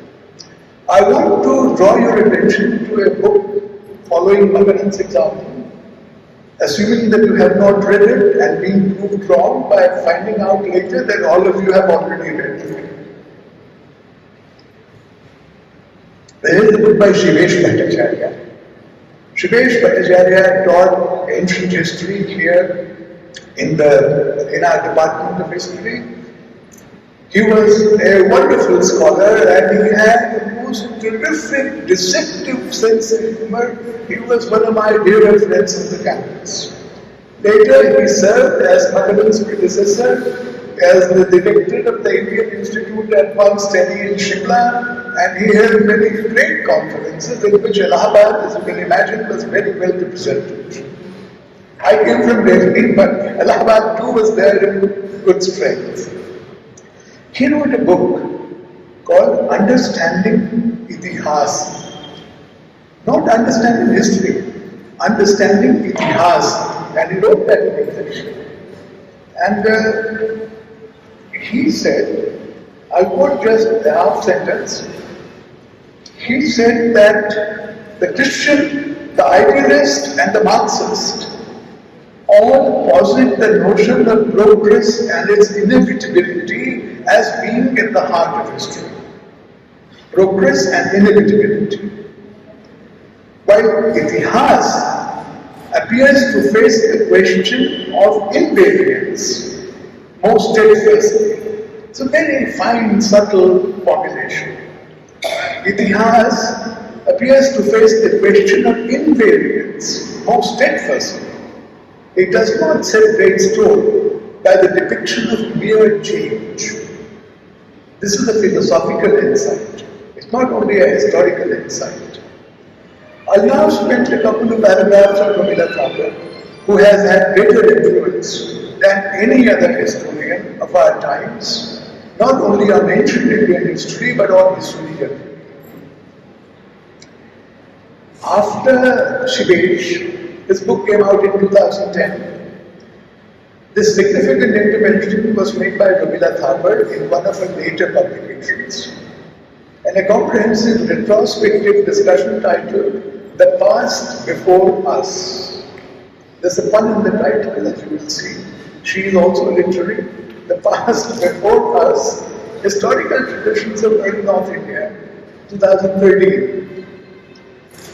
She too contradistinguished the various notions of history by stating that while the Judeo-Christian and Islamic traditions both view history as largely linear, this is a quotation from her, view history as largely linear, in the Greco-Roman, Chinese and Indian traditions, and I quote again, time takes various forms, linear, spiral, cyclic. Furthermore, she differentiated in the Indian case, and this is a very nice concept, she differentiated in the Indian case between two kinds of history. One is externalized or embodied history. History that looks like history, that reads like history. And the other subtler form of history which she conceded existed was embedded history. Embodied history and embedded history. Embedded history may not look like history, but is history. Not only did Tagore recognize all these, Harsh, she also mentions Harsh. She includes the Vedas, the Ramayana, and the Mahabharata as containing embedded history. And embodied history begins with the Harsh. In the 7th century, first half of 17th century, the biography of Emperor Harshvardhan, who made huge donations at every Kumbh Mela in Allahabad, according to legend, who was the king of Kannauj, his biography was written by Bhanubhat in Sanskrit in early 7th century, and not only Rabindranath Tagore, everybody says that's the first piece of concrete historical writing in Sanskrit. For those of you who may not have had a chance to read it yet, let me point out two elements that go into the Harshchand. It is real history. It is very realistic. It fulfills all the requirements of history. In the second chapter, there are 8 chapters. In the second chapter,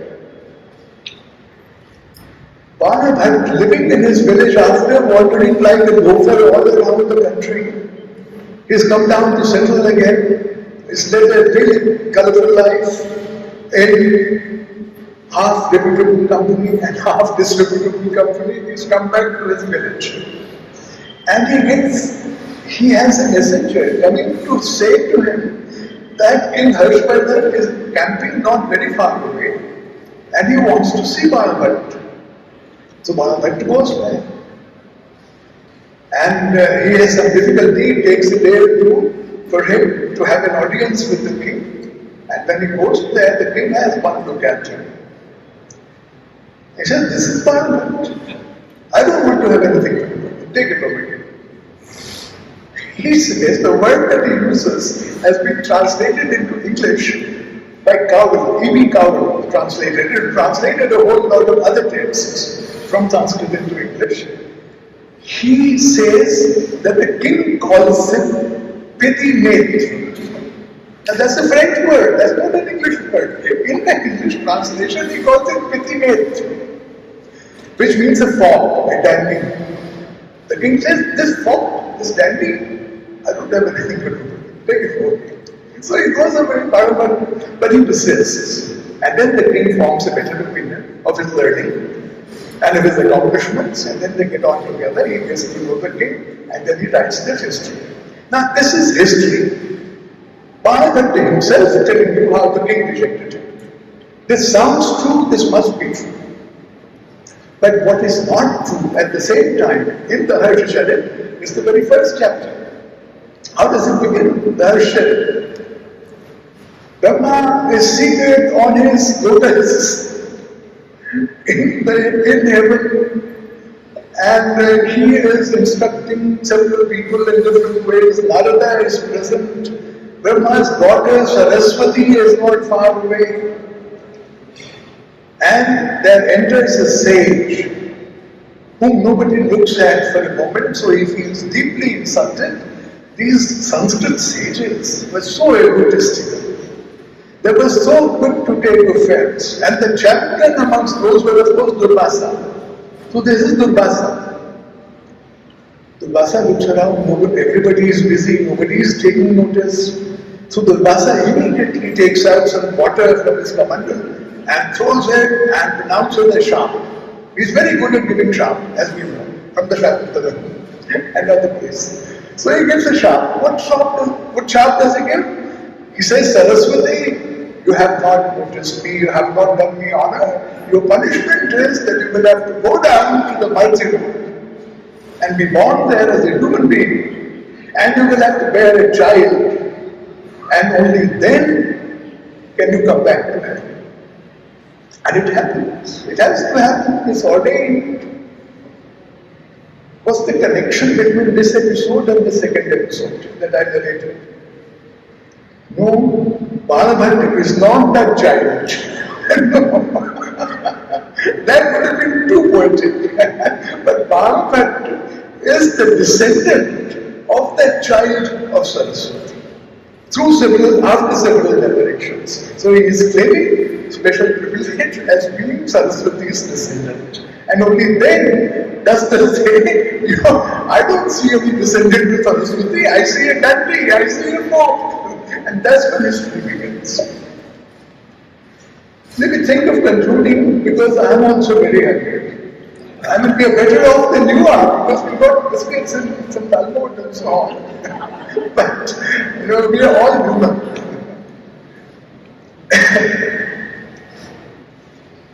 The relationship between myth and history. In India, we have always had an indulgent and accepting view of myth as one form of history. Itihas, Quran. Quran are nothing if not myth. They don't even claim to be history, but they're given a historical status. Itihas, Quran, as I said, one combined discourse. Wendy Doniger, in her history of an alternative history of the Hindus, which is called that, the Hindus an alternative history, tried to juxtapose what she called the narrative of history with the narrative of what for her is non-history. And I will quote half a sentence. That's a very loud phone.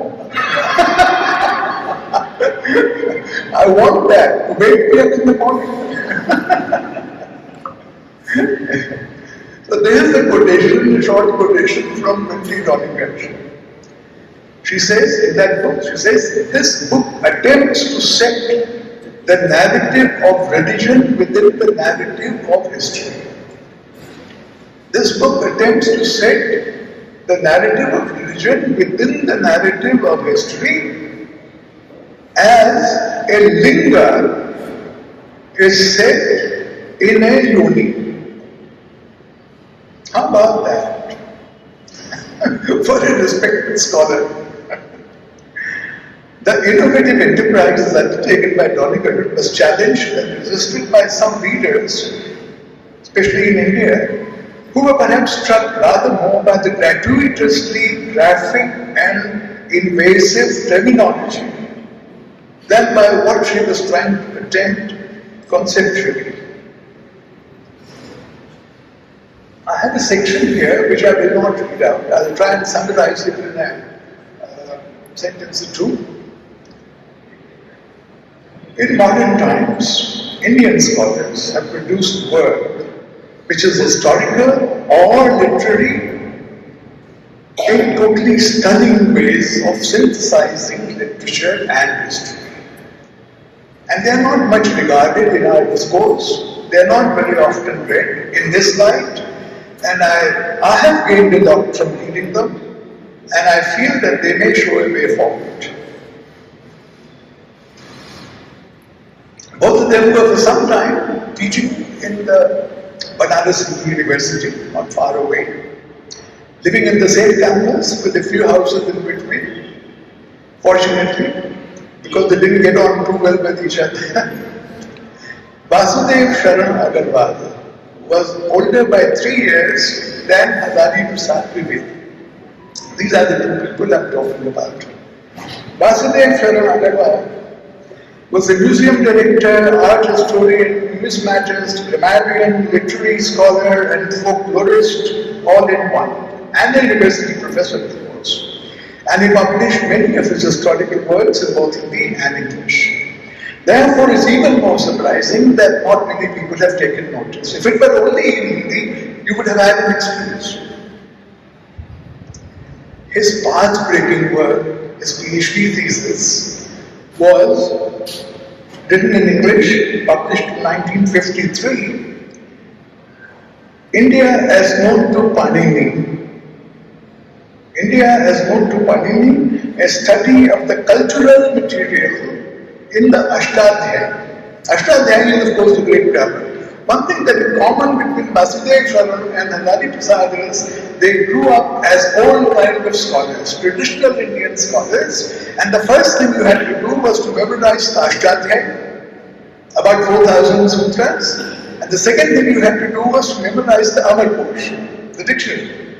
Once you got that, you got such a tremendous basis for all ethnological scholarship, which can't be matched.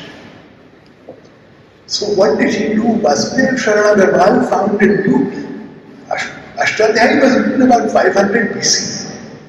So 2,500 years after it was written, Vasudev Sharan Agarwal succeeded in reading it in a new historical way. And what was that? To deduce the material culture of India from those very dry and concise sutras. It's an achievement and a half. It's a stunning book.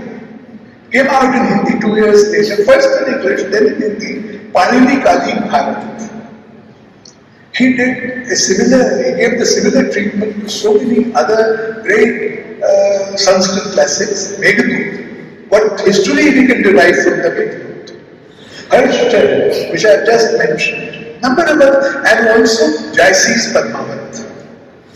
Beautiful work. Edited the Padmavat afresh with such a tremendous introduction. What did Hazari Prasad do? And that's the last thing I will say. He did many things. I was also a novelist. He was a great Sanskrit scholar.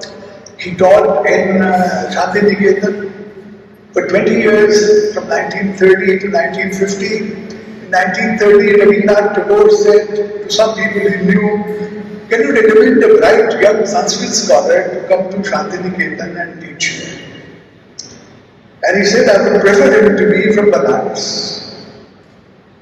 So many friends recommended to him the same name, Hazari Prasad Trivedi.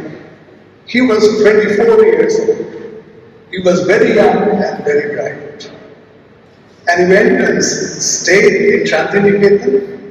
He has a whole book of essays of Tagore called Mrityunjay. Not the Mrityunjay sitting here, but Mrityunjay, the eternal.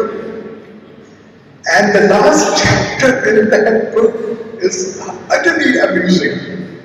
He was a great Jyotishacharya, Adani Prasad. So he analyzed the Jalapatri of Rabindranath Tagore to see whether what happened to him was destined to happen. And he had been great Jyotish. He found, yes, everything is written in the Jalapatri except for one difficulty. Everything is happening around 1 year later. So what that means is that perhaps like many Indians, Tagore tripped about his official birthday. That would explain everything.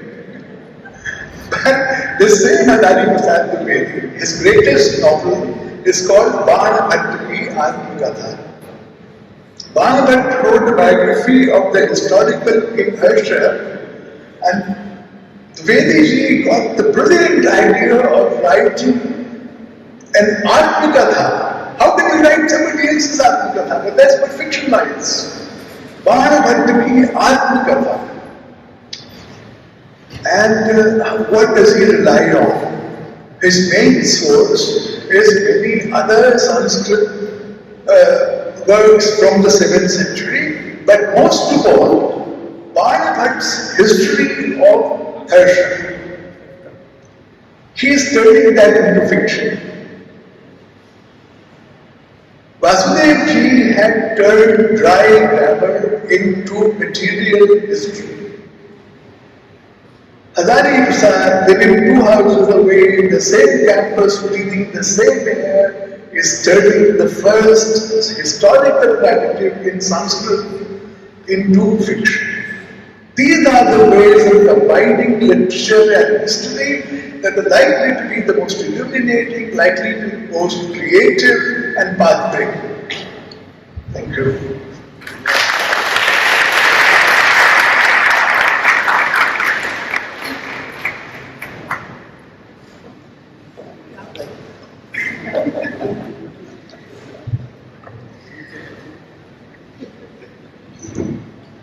Thank you so much, sir, for providing an insight on this complex theme in such a lucid manner. May I now welcome Dr. Vivek Dwivedi, Associate Professor, Department of English and Modern European Languages, University of Allahabad, and convener of this seminar, to come forward and propose a vote of thanks. Professor Dr. Dwivedi, sorry.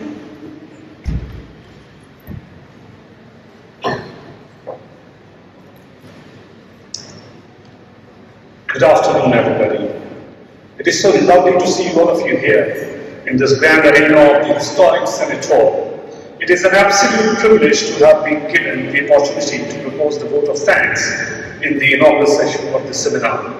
First and foremost, I must express my deepest gratitude to our Honorable Vice Chancellor who has left, Professor Sangeeta Srivastava, for giving us all kinds of support in making this event possible. I must thank her for making herself so accessible during the preparation of the seminar, even though she was unthinkably tied up in various engagements. She not only provided us with the much needed financial assistance, but also guidance wherever we needed it to make this event successful. And after having seen the inaugural session, I must be allowed to make the claim that the seminar is going to be an enormously engaging event for all of us. Who could have imagined getting speakers of the stature of Professor Harish Dwivedi and Professor Makram Paranjali, and that too on such short notice? Professor Pramod Kenai and Professor Hiten Patel, who are speaking tomorrow, graciously agreed to be part of this event. Honestly speaking, had I been invited somewhere like this, I would have thrown more tantrums than these literary giants did. For the record, I would rather correct myself, these greats never acted twice. On a lighter note, they are so accessible that I had many a time doubts would creep into my mind that had I really called such great scholars, and then I realized why are they so great. Thank you very much for being who you are and the way you are. It has been a wonderful experience to get to know you and of course to be introduced to your scholarly thoughts. I consider this an apt occasion to register my deep sense of gratitude to the head of the department, Professor S. G. Roy, for showing immense faith in my unverified capabilities. Nobody shows the kind of trust he did. I'm so thankful to him for guiding us in making this event a reality. He wholeheartedly offered his experience in shaping this seminar. He supervised every detail and the way it is being organized.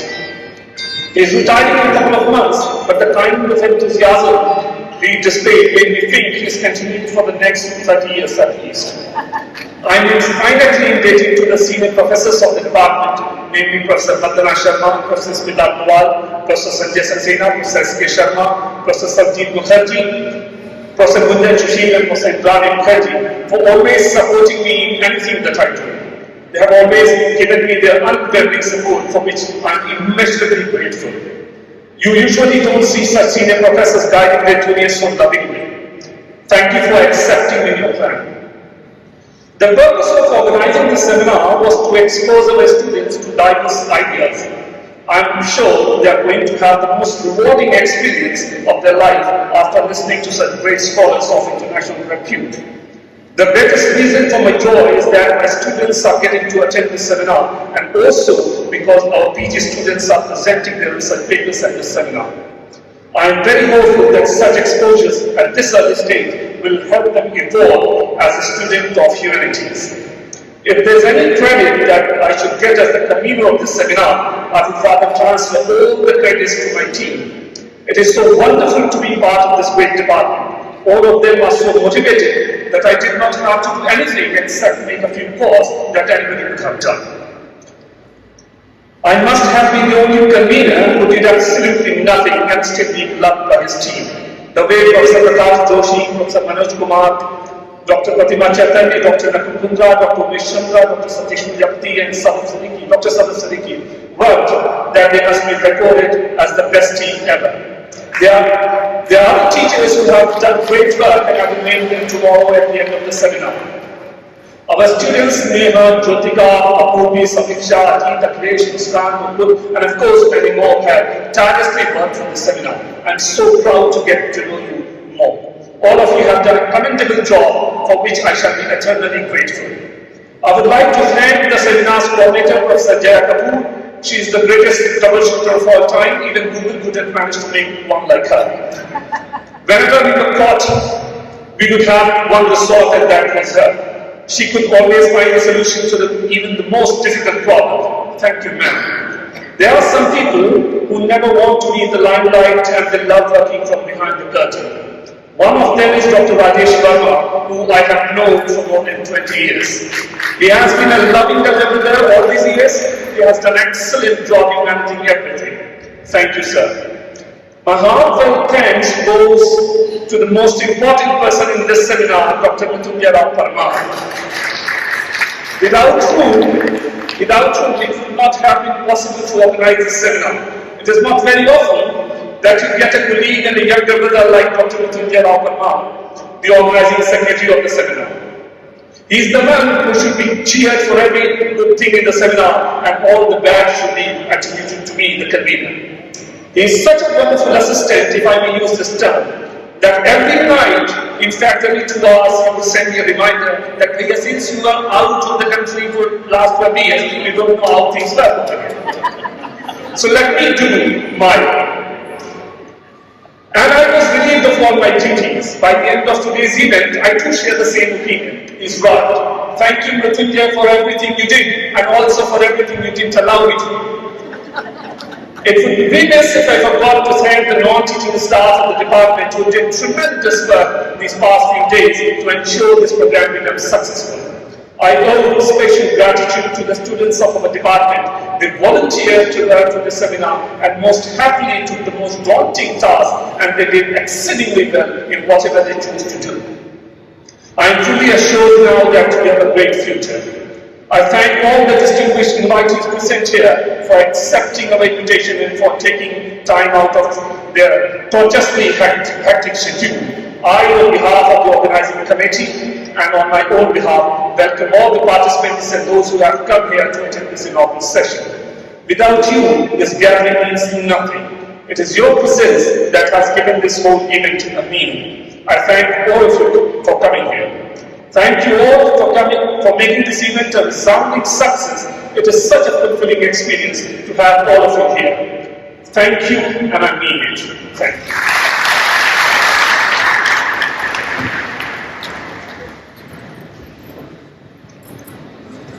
Thank you, Dr. Vivek Dwivedi. There's an announcement that I have to make. The Department of English is going to organize an international workshop on ICT tools in research from 8th to 14th May.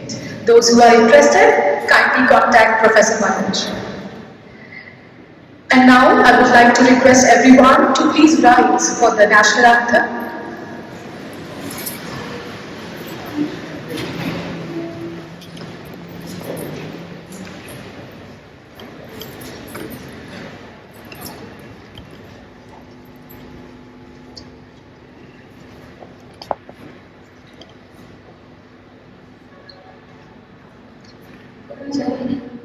Vinayak जय भारत भाग्य विधाता पंजाब सिंध गुजरात मराठा द्राविड़ उत्कल बंगा विंध्य हिमाचल यमुना गंगा उच्चल जलधि तरंगा तव शुभ नामे जागे तब शुभ आशीष मांगे गाए तब जय गाथा जन गण मंगलदायक जय हे भारत भाग्य विधाता जय हे जय हे जय हे जय जय जय जय हे।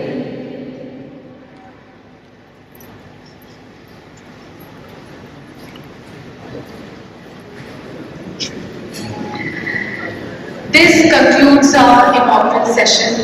Thank you everyone for joining us today. Have a good day.